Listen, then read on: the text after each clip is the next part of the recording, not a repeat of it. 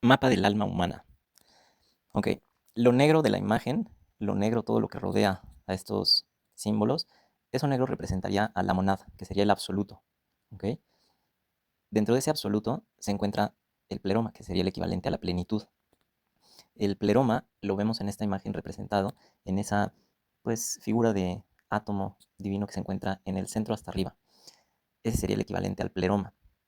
De ahí emanan las expresiones divinas como Cristo, Sofía, el Logos, Nous, etc. Ahora, vamos a desentrañar este mapa del alma humana. Nos vamos primero hacia la izquierda, con el descenso. Del lado izquierdo tenemos una chispa un poco más pequeña, color como amarilla, y vemos que hay una línea muy sutil que une esa chispa con el pleroma, con la plenitud total. Entonces, esa chispa pequeña que surge del lado izquierdo sería el equivalente a Sofía, al desbalance, ¿ok? Es el camino del descenso. Ahora, la chispa del lado izquierdo amarilla vemos que está a la altura, justo a la altura de donde está ese círculo que está debajo del pleroma. O sea, está el pleroma hasta arriba en el centro, luego abajo hay un círculo que es como un portal dimensional, en donde se ve que la empuñadura de la espada atraviesa. Entonces, si ves la chispa del lado izquierdo, está justo a esa altura. Eso significa que está al límite. Acuérdate que Sofía tiene ese desbalance y se da la caída. Entonces, que esté a esa altura representa justo el límite. Y ahora sí nos vamos hasta el lado izquierdo. La chispa amarilla tiene una línea sutil hacia abajo que se conecta con dos círculos del mismo tamaño. Esos círculos representan a la conciencia pensándose fuera del pleroma. O sea, sería Sofía pensándose a sí misma fuera del pleroma. O sea, ya no hay plenitud, ahora ya hay dualidad, por así decirlo. Y debajo de esos dos círculos hay un círculo pequeño, que sería todavía el equivalente de Metatrón, Metatrón es el organizador del orden divino. Lo único que pasa es que debajo de ese círculo pequeño vemos un círculo medio deformado. Eso significa que el círculo pequeño que representa a Metatrón está en proceso de olvido. Y al olvidar crea un círculo imperfecto, que sería pues el kenoma.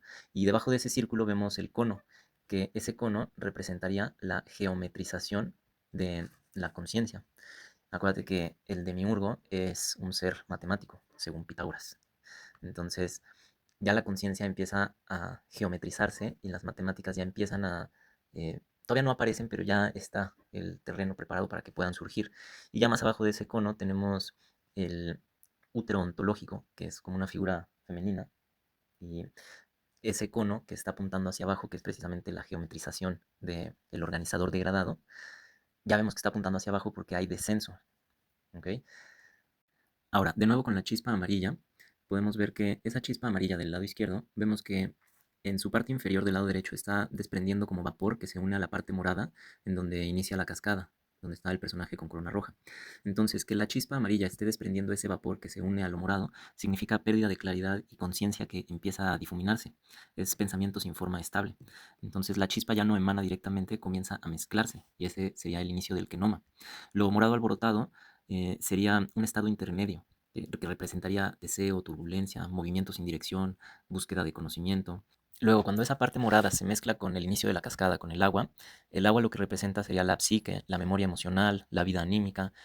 Ahí nace el mundo psíquico. O sea, ahí ya no estamos en espíritu puro, pero tampoco en materia sólida. Y el personaje rojo con la corona representaría a Sofía caída, a Sofía psíquica. La corona es autoridad derivada, o sea, no absoluta, no es el absoluto, es divinidad. El rojo representa sangre o coagulación o vida emocional. Está activa pero no iluminada, porque está en proceso de olvido. Y ese portal que está sobre ella sería la representación de la frontera entre el pleroma y el kenoma.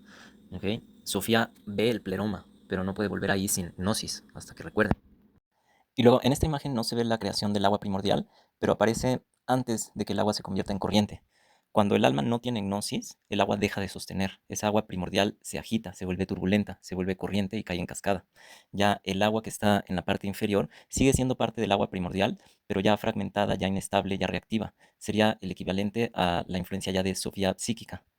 Y bueno, la parte de en medio vemos que tenemos a la espada, que en la parte superior esa espada está en contacto con el pleroma, y vemos que atraviesa ese círculo que parece como un portal y que baja hacia donde está el agua, y con la punta la espada pareciera tocar la cabeza del ser luminoso. Ahora, la espada representa el logos. El logos es un aeón, igual que Sofía, igual que Cristo. El logos representa la estructura del universo. O sea, el logos le da estructura al universo y el demiurgo a través de las matemáticas le da orden. Pero bueno, en esta parte en donde la espada toca el agua, vemos que surge vapor. de ambos lados. Ahorita vamos a enfocarnos del lado izquierdo. El vapor del lado izquierdo, que sería la parte del descenso, sería la psique en disolución. Ahí es cuando el desbalance genera olvido en Sofía, y mientras haya olvido no hay gnosis, y sin gnosis seguimos en descenso. Luego, debajo del agua turbulenta que parece un mar con olas, tenemos un círculo como que parece un círculo transparente con rayitas, que está dentro de ese círculo en donde está el ser humano. Entonces está ese círculo transparentoso y abajo hay tierra, hay como piedras. Entonces, ¿qué es ese círculo transparentoso? Si te fijas bien, hasta el lado izquierdo, en donde está la parte que parece un útero ontológico, ese círculo que estamos viendo que parece transparentoso viene desde ahí. Entonces, sería el alma ya diferenciada en un individuo. Y se encuentra justo debajo del agua, que sería el equivalente al alma colectiva psíquica. Esa agua turbulenta representa la fragmentación, y la esfera etérica con rayitas que parecen viento ya sería el equivalente al alma individual.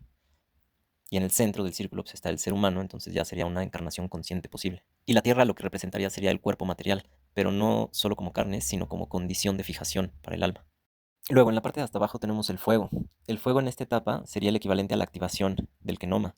Es el fuego de la creación que enciende, no destruye nada aún, más bien inicia. Su función exacta sería la energía demiúrgica, el impulso creador inferior, la fuerza que pone en movimiento la materia. Es el fuego de la generación, la diferenciación, la multiplicación de formas. No hay castigo, hay más bien arranque, un inicio. Después, en ese mismo nivel tenemos el cubo. El cubo representa la fijación definitiva de la materia. No es prisión aún, es estructura. Es el kenoma ya coagulado, la realidad con reglas y el espacio donde algo puede permanecer. El fuego aquí no destruye, solidifica por tensión. Es como materia tomando forma bajo presión. El fuego obliga a la forma a definirse. Aquí el fuego es la energía demiúrgica activa, es impulso de creación inferior, es potencia sin conciencia. No quema almas, no recicla, no juzga, endurece el mundo. Encima del cubo tenemos al ser luminoso. El ser luminoso representa la chispa pleromática encarnada en el kenoma, es decir, algo que no pertenece aquí, pero que habita aquí, por eso brilla.